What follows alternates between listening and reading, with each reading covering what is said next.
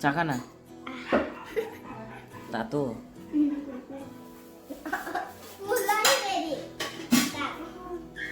माइजू मेरो प्यारो माइजू मेरो लागि यत्रो भोजन मात्रै गर्दैछ मेरो यो मेरो प्यारो आमा डबल एक्सल ट्रिपल एक्सल मेरो प्यारो बोजू बोजू यता हेरिदिइहाल्नु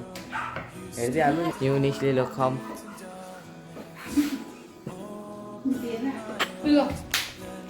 हेलो सबैजनालाई होप तपाईँहरू सबैजना सन्चै हुनुहुन्छ भनेर है अन्त आज चाहिँ म यहाँ चिकन मोमो बनाउँदैछु आज कसरी बनाउँछु भनेर तपाईँहरूलाई देखाउँदैछु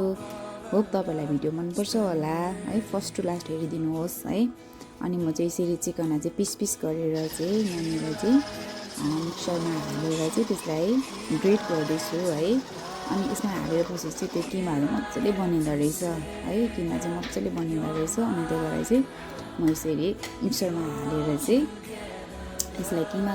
किमा गरिसकेपछि मैले एउटा भाँडामा है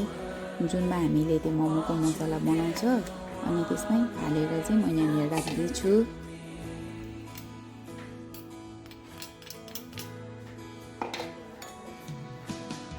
अन्त मासुको किमालाई त्यो भाँडामा राखिसकेपछि यहाँनिर चाहिँ प्याजको चाहिँ कटिङ हुँदैछ है अन्त प्याजलाई चाहिँ मजाले कटिङ गरेर चाहिँ किन प्याजलाई चाहिँ मैले ग्रेट नगरेको मतलब उता मिक्सरमा हालेर पनि हुन्छ नि त्यसरी चाहिँ मैले नगरेको किनभने त्यसमा चाहिँ पुरा पानी निस्किँदो रहेछ अनि त्यसलाई चाहिँ यहाँ चप गरेर नै त्यसलाई यहाँनिर हाल्दैछु अनि त्यसमा चाहिँ मैले अलिकति अदरक राखेँ अलिकति नुन राखेँ स्वाद अनुसारको है अनि आफूले कति खानु मन छ त्यति अनि मैले चाहिँ काली मिर्च होइन ब्ल्याक पेपर हामी चाहिँ मरिच पनि खान्छ है मरिचको पाउडर राखेँ अनि त्यसको बादमा हुचिङ राखेँ है अन्त हुचिङ राखिसके पछाडि चाहिँ म यहाँनिर तेल राखेँ होइन त्यो चाहिँ अब कति चाहिन्छ अब आफूलाई अलिक बेसी खानु अब त्यो तेल बेसी खानु मन लाग्छ भने चाहिँ बेसी हाल्दा पनि हुन्छ तर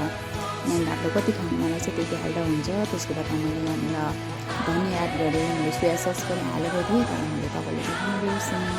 अन्त यहाँनिर यो मसला सबै यो मसलालाई चाहिँ यहाँनिर मजाले मिक्स गर्ने मिक्स गरिसके पछाडि चाहिँ मैले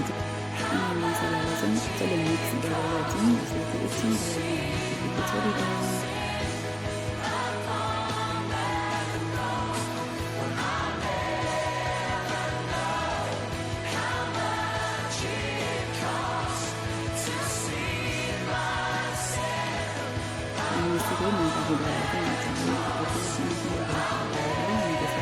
मजाले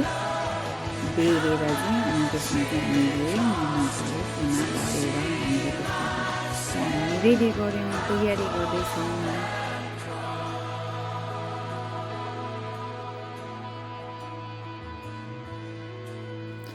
अन्त हामीले यसरी किमा हालेर चाहिँ हामीले मोमोलाई रेडी गर्दै